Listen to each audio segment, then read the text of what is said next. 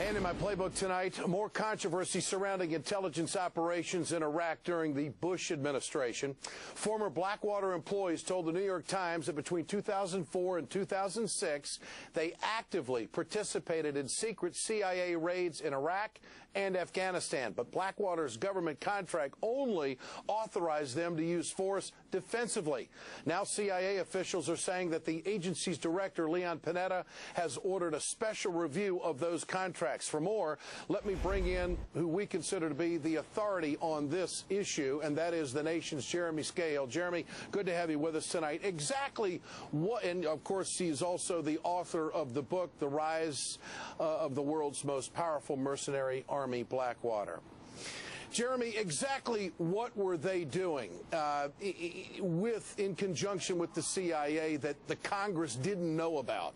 Well, let me just stress at the beginning here, Ed, that the American people and indeed the Congress only know a tiny fraction of the dark acts that Blackwater has committed in the names of the American people. In fact, I've had Blackwater operatives come up to me and say, I've read your book and you only know about 1% of the things that we were involved with. This story that broke today in the New York Times was essentially a public secret for those of us that have been covering this issue. Blackwater operatives were supposed to be doing what's called force protection for CIA operators that were in Iraq and Afghanistan, and this contract goes all the way back to 2002.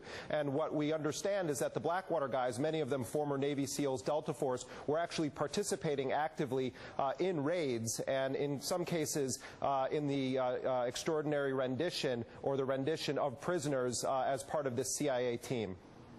Do we know how many Blackwater personnel were involved? Because a lot of the media reports over the last 6-7 years, we've got so many troops here, so many troops here. Have we really gotten an accurate number about what kind of resources in personnel that we've had committed in Iraq and Afghanistan? Ed, this company was a plausible deniability machine.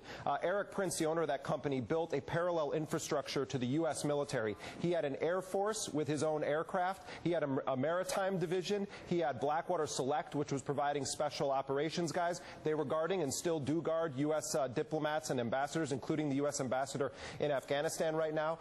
Ed, I also understand that Blackwater, because it's owned by such an incredibly wealthy individual, did some operations for free. That's the ultimate deniability under the Bush administration. There were arrangements with Cheney, the CIA, and Special Forces where Blackwater's guys were essentially working for free in operations funded by the owner of that company, Eric Prince. The story here, though, Ed, that everyone seems to be missing is that Blackwater wasn't just working for the CIA. They were working for the Joint Special Operations Command, the U.S. military, and we talked about this on your show recently, including in Pakistan, where Blackwater simultaneously works for the CIA and for JSOC. That story is a scandal that needs to be investigated much more thoroughly, Ed.